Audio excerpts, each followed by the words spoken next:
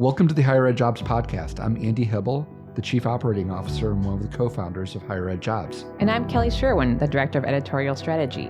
Today, we are lucky to have Dr. Laura Crawshaw, and our topic is dealing with abrasive leaders. With more than 35 years' experience as a psychotherapist, corporate officer, executive coach, researcher, and author, Dr. Laura Crawshaw founded the Boss Whispering Institute in 2008, which is dedicated to research and training in the field of coaching abrasive leaders. Through her pioneering work, Dr. Crawshaw has dispelled the myth that leaders who engage in bullying behaviors are incapable of changing their management styles, bringing insight to these individuals and hope to their employers. Thank you, Laura, for being here today. You're welcome. Thanks for the invitation. So let's get into this topic. You are known as the Boss Whisperer, committed to relieving suffering in the workplace caused by abrasive leaders. So how did you come into this work, Laura? Well, it was many, many years ago when I was a counselor for an employee assistance program up in Alaska. An employee came in and it was an emergency appointment, and I asked him, what could I help him with? EAPs help individuals with their personal issues. And he said, I'm very angry at my boss. And I said, well, how angry are you? Why? First of all, I said, why? And he recited a whole litany of bullying behaviors. You know, he publicly humiliates me. He does this, he's controlling, et cetera, et cetera. And I said, well, how angry are you? And he said, I'm thinking of killing him. And I said, have you thought of how you do that? Because as a therapist, you're supposed to ask if they have a plan. That indicates how serious they are. And he said, yes. He said, my gun's out in the truck. And that was shocking to me. I asked him if he'd hand over the gun, which he did. But that was not the first gun that we collected in our safe at that employee assistance program in Alaska. And that encounter, my first encounter with workplace bullying those many years ago, created two questions. One, why would a boss treat their employee badly? Why would they do that? And the second question is, he had actually reported this to HR, Human Resources, and to his boss's manager. They did nothing. So the other question was, why don't organizations do anything about it? So that's been my professional journey, researching and finding the answers to those two questions. That's a pretty incredible way to set the table for this conversation. Yes. Before we go any further, though, I think it's important to address, what do you mean specifically by quote unquote abrasive when you use the term in the phrase abrasive leaders? Yes. First of all, there are 1,000 different definitions of workplace bullying. There are legal definitions, et cetera, et cetera. And so basically, I settled on the term abrasive behavior, which encompasses all forms of unacceptable interpersonal conduct. Terms such as bullying, harassment, sexual harassment, any behavior that causes sufficient distress to disrupt organizational functioning. So we're not talking about the annoying leader. We've all encountered people who are annoying. We're talking about the abrasive leader, and abrasive implies friction, and the friction is so intense as to leave wounds. Now, I'm often asked, why do you use that term? Why don't you use the term bullying? Because I and the people I've trained, we interact with organizations. And when you go to an organization, you can't go in and say, well, tell us about your bullies, or let's talk about this individual who's a bully, because saying a person's a bully implies intent, first of all. So if you talk with organizations and you say, do you have any bullies? No, they're going to say no, because they don't want to acknowledge that. If you say, do you have any abrasive leaders? In other words, leaders who rub people the wrong way, they'll immediately respond with, oh, yes, we do. And so I think it's a term that describes the impact as opposed to calling people bullies, even if they are bullying. So that's why I use that term. On the other end of the spectrum, the word abusive might come into play. How would you differentiate an abrasive leader from an abusive leader? I don't make that differentiation, because many times people say, oh, abrasive is kind of mild, but then at the other end of the continuum, you have abusive. I use abrasive to encompass all behavior that is destructive toward other individuals. So it's on the full continuum. So that's just how I speak to organizations, so that we don't spend time going, well, now, is this abusive or is this abrasive? I just want people to understand that interpersonal conduct needs to be civil, conduct needs to be acceptable, and unacceptable conduct equals abrasive conduct, abrasive behavior. So that's just my my approach to things. One last question kind of Sure. on this topic. Going back to the employee assistance program, Mhm. if somebody was to call into that program and say, listen, I'm having a horrible day. I have an abrasive leader who is just absolutely pushing my buttons today, but I only have 90 seconds for you to tell me what are the 3 most important things I need to know about abrasive leaders. Well, I can't talk that fast, so I'll tell you the one thing that you need to know, which is you need to not take this personally. You need to understand that that leader is, shall we say, insecure. And that leader's greatest fear is being perceived to be incompetent. So anytime something happens that threatens their self-perception of competence as a leader, their anxiety level goes way up and they start, shall we say, barking and biting. And so in some way, shape, or form, they might perceive you as a threat, perhaps because you're pushing back on an idea they have, or you're not producing as quickly as they think you should be able to. So the greatest message is do not take this abrasive behavior personally. Many times, I'll use the term abuse. In domestic abuse, the spouse thinks, oh, my spouse is abusing me because I'm not good enough, or I didn't clean the house well enough, or, I'm not being nice. No. Your spouse is abusing you because your spouse is insecure and resorts to abusive behavior. So in the workplace, understand these abrasive leaders, they're afraid. They're afraid of being perceived to be incompetent, and as a result, they get aggressive. Thanks, Laura, for that clarification. Actually, I was thinking before you went into that, what is the difference between bullying and abrasive? And I know No difference. Okay. No difference. It's just I use abrasive because it's more palatable as you go into organizations to try and solve the problem. And it's also more palatable, I think, if I were to say, Kelly, you can be really abrasive. Well, but if I say, Kelly, you're a bully, that sets up all kind of defensive responses. And by the way, we can all be abrasive at times. So it's not some peculiar pathology that only certain people possess. It's just that most of the time, most of us are secure enough that we can manage our emotions and refrain from getting aggressive when somebody threatens a position we hold or something we're trying to achieve. But these individuals can't and don't. That's interesting how you can label it. I can see the difference between being labeled a bully versus being abrasive. Mm-hmm. So as you know, we've done some pieces on HigherEdJobs on bullying, and I'm just going to throw out some stats from a few of our articles just to kind of see what your thoughts are. So Eileen Meyer did an article on higher ed's bullying problem is bad for business. And in there, she interviewed Dr. Hollis. And Dr. Hollis said 60% of higher ed employees have been impacted by bullying during their careers.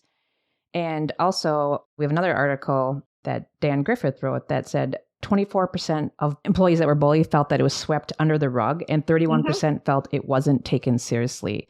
Mm-hmm. So I personally think these stats are alarming. Yes. So what are your thoughts on these?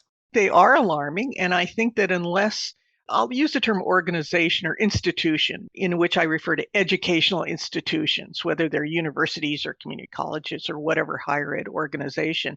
So the stats don't surprise me. And I think things are getting worse. I think we've entered the age of the unruly, in which we see unruly passengers, we see unruly protesters, we see unruly politicians. And I think that unless institutions can really come to understand that they need to manage abrasive behavior and not tolerate it and learn how to do that, things will only get worse. So last week I was giving a talk to the highest level of leadership in a university, and their sentiments are the same, that they need to learn to manage abrasive conduct and do so calmly, confidently, and compassionately for all parties concerned. Because if they don't, the organizational functioning will deteriorate.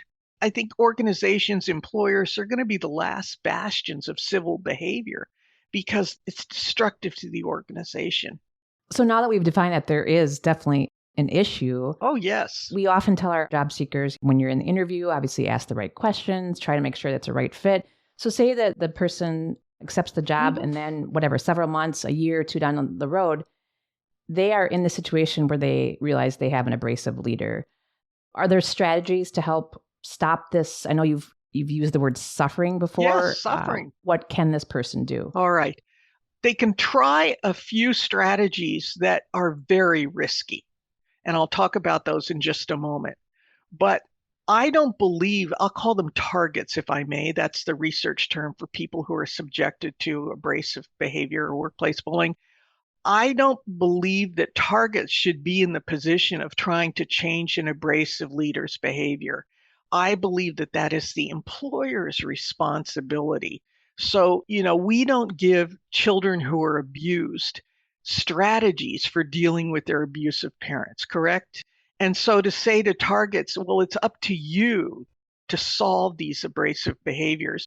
It's up to the employer to hold their leaders accountable for acceptable behavior. Now, saying that, I've interviewed thousands of employees over the course of many years of coaching abrasive leaders, and I discovered there are a few strategies that work sometimes. However, they can be very risky. And I'll kind of go from the lowest level strategy to the most sort of dramatic. Oh, the other thing I need to say is, surprisingly, abrasive leaders, if I may use the term, they're clueless. What I discovered is they are not aware of the impact of their words or actions on others. There's a common belief that they wake up in the morning eagerly concocting ways to torment their coworkers. No, they carry their management styles into the organization. And most of them, when they get their feedback, they're absolutely shocked that there are all these negative perceptions about their behavior. So they're blind or they're clueless, let me put it that way. So the lowest level strategy might be to just calmly educate that individual, understanding that they perceive you as a threat. So you want to reduce their perception of threat. It might be, gee, boss, you yelled at me about the reports not being done, but I want to let you know that I care very much about the reports being done. The reason they're not, and you give the reason they're not done is we didn't get the information from the other division. I want you to know I'm there to support you. And the next time you have concerns about me or things getting done, I would really appreciate it if you wouldn't raise your voice with me. So that's kind of the polite education, letting the person be aware of how they came across and just reassuring them that you're not a threat. In fact, you're there to support them. That's kind of the soothe the savage beast strategy. The next level up is that you yourself enact a mild threat, which is, I've heard employees they'd say, he barks at everybody except Maria. And then I'd interview Maria. And she said, oh no, the first time he did that, I told him, my father used to yell at me, and I won't tolerate that as an adult. And he's never done it again. My boss has never done that again, which again signifies that these leaders don't perceive that they are coming across negative. Now, notice these are risky strategies as we elevate them, because the boss could very well say, well, who are you to tell me how to behave? Or I wasn't yelling. Oh boy, there we go. And then the strategies, if your efforts to change the leader don't work, then the next thing is to present yourself to the organization, in which you go into the organization and try and escalate their anxiety. You go into HR, whoever it is, and you let them know that this individual is behaving in these ways. And some people said that they would go in and they'd say, well, my boss is doing X, Y, Z, and doesn't that constitute harassment? Or doesn't that constitute a hostile work environment? And by that, they're escalating the anxiety of the employer. And then the most dramatic strategy is what I call the mass mutiny, and it's the most effective. And that's when multiple people, multiple targets go in to the higher levels and say, look, we need to talk to you. It's intolerable working there because Paul does X, Y, Z. We know he's a valuable researcher. We know he's very dedicated, but this cannot continue. And we'd really like to suggest coaching for him. Now, in that way, the mass is not going in as a lynch mob saying, off with his head. They're going in calmly, reasonably, and offering a solution in the form of specialized coaching for abrasive leaders, which is the method I developed. So those are some strategies, but they're risky. There are no guarantees with those.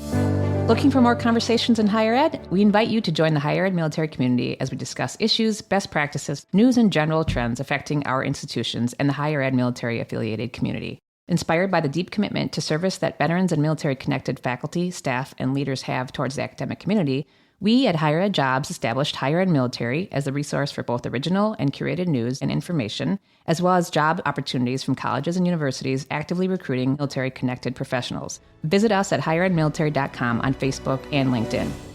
So you've discussed strategies that employees can do, and it seems like one strategy is that HR gets involved, leadership will maybe inform that this leader is having some abrasive tendencies, so that's where you come in and you are coaching them.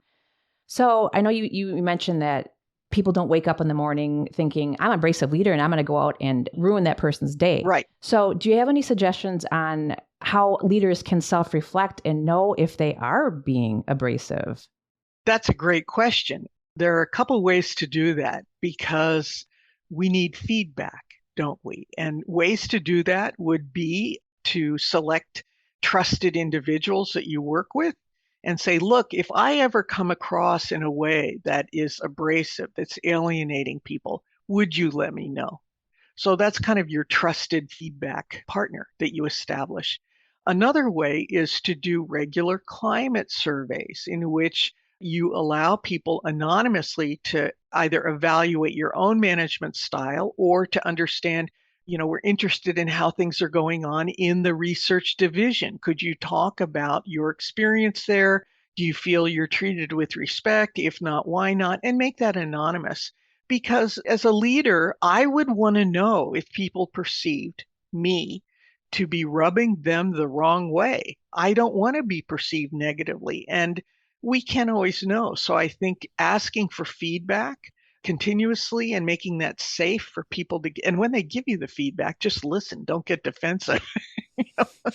But also, I think it's critically important for organizations to do regular, what they call climate surveys, to see where things are not going well. I think what's interesting, particularly about the climate survey in today's labor market, however you want to look at the data that's out there, colleges and universities are having a tough time recruiting. Mm-hmm. They're having a tough time retaining. And everybody's interested in recruiting and retaining. It's the first time in the nearly 30 years of higher ed jobs where you talk about recruitment, people are actually knowing you're talking about faculty and staff and not students.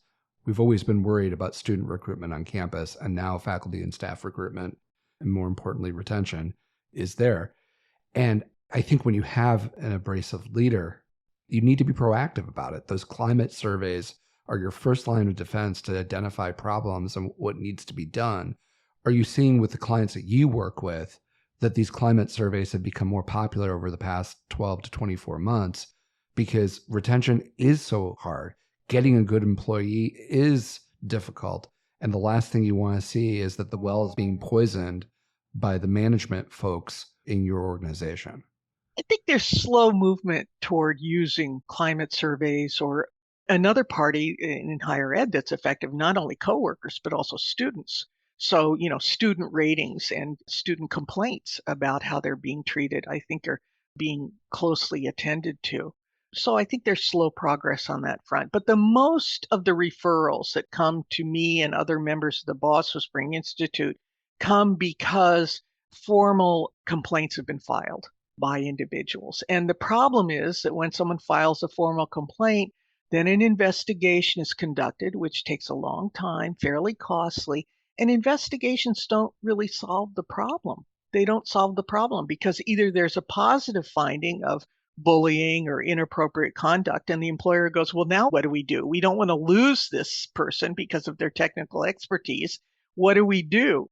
We could terminate them, but termination is not the only option because we found about 82% of abrasive leaders can turn around their management style if they're just provided with specialized coaching. And then if there's a finding of, oh, no, this does not constitute or fulfill a legal definition of bullying, which we don't have in the United States, by the way. Okay, they're not convicted of a management crime, but still, what do? How do you help that individual turn around their style so they're not causing the intense distress? So investigations don't solve much. I think it's when employers understand that help is available, most people can turn around, They need to be held accountable for acceptable conduct. You need to intervene and say, look, these complaints cannot go on. We can't have that here. We'd like to offer you help to turn that around, and we're going to continue to monitor. And I think the real challenge is this isn't like a public court, it's a private court. The decision that's reached is a private human resources decision with that individual. Yes. And obviously you'll know if they're terminated, but if they stick around, it looks like there's absolutely no accountability for the behavior. Right, exactly. The leadership is perceived as weak or even tacitly condoning the behaviors. But I'd like to look at that court mentality, because if we look at unacceptable performance, say we have an employee who's not performing technical performance up to level. We have somebody, staff or faculty, who's not producing the reports with enough statistical information. That's a technical problem. We need to manage that performance. Well, we don't go into it with the mentality of, I'm going to convict that person of unacceptable performance and punish them. We go into it and say, look, this is not up to par. These are our expectations. We'd like to offer you help. We'd like to, offer you Excel spreadsheet classes or whatever, so you can bring the quality of the reports up. And great, go for it. If you want to do that, that's your choice. If you don't, but we will continue to manage your technical performance. And if it comes up to par, great. We all live happily ever after. That same approach needs to be taken with conduct. Look, there are continuing negative perceptions about your interactions with others. We can't have that here. And when the individual says, well, you weren't there, you don't know what happened, you don't know the facts, we can say, well, no, I don't know the facts, but I do know one thing for a fact, and it's that we have continuing complaints. People, they don't feel respected by you, etc. And we'd like to suggest you turn that around and offer you help to do that. So this whole mentality of we have to convict them of management crimes and then send them to, I don't know, where do you send them, to some island or something, No, let's change it. And just to be clear, I think it was more of when you have that sort of leader within a team and it's pervasive, I think it's the rest of the team that's like, well, what was done?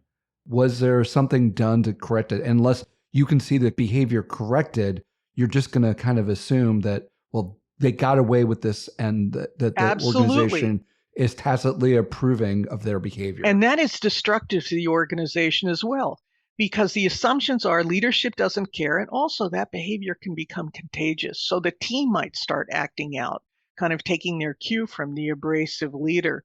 And the way people know that things have changed, in my experience, is when they intervene with the abrasive leader. And can I mention the book I wrote on that? Please do. Oh, okay. So I just wrote the book, Grow Your Spine and Manage Abrasive Leadership Behavior, a guide for those who manage bosses who bully. What would be the best place for folks to find it? Amazon. Sure, Amazon. Just Google Grow Your Spine.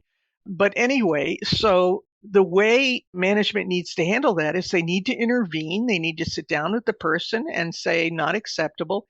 And they can intervene based on these complaints. There's this whole, oh no, I don't have evidence, or I don't know the facts of the matter. Well, you need evidence and facts if you're taking people into court. You don't need all of that if you're sitting down with them as an employer and saying, look, we can't have these complaints continue. We need to turn this around. So what happens is when they do that and the individual gets coaching, the coworkers, or as you say, the team member, they start seeing change almost immediately.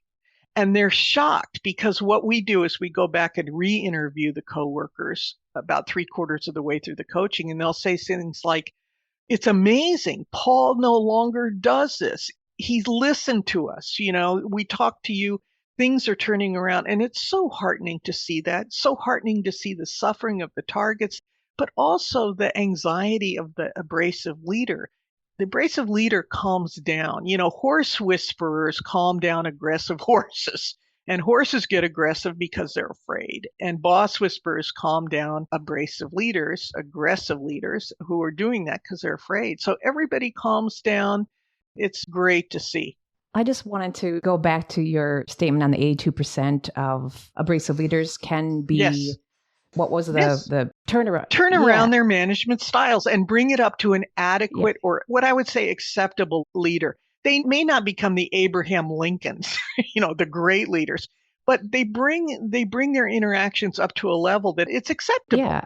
And they'll say things like, well, he's not the warmest guy, but now, we can get the work done, or he treats us with respect, or she. Yeah. It can be female as well. I think this is a great way to kind of end our conversation because it leaves our listeners with some hope. Because as I mentioned earlier, there's some startling statistics, but if 82% of these leaders Yes. are, as we know in management, there's the ability to have the ability and to be willing. So obviously people in higher ed have that technical, they have the intelligence, but are they willing? And it sounds like 82% they are. So that's great news. What motivates them is that intervention from above, because they'll say, I'm not a bracer. I don't know why, but I'll talk to the coach because I'm getting pressure from above. And what I have found is that most employers, when it comes to abrasive conduct or workplace bullying, they're afraid to intervene and they feel hopeless and helpless. They feel like the only option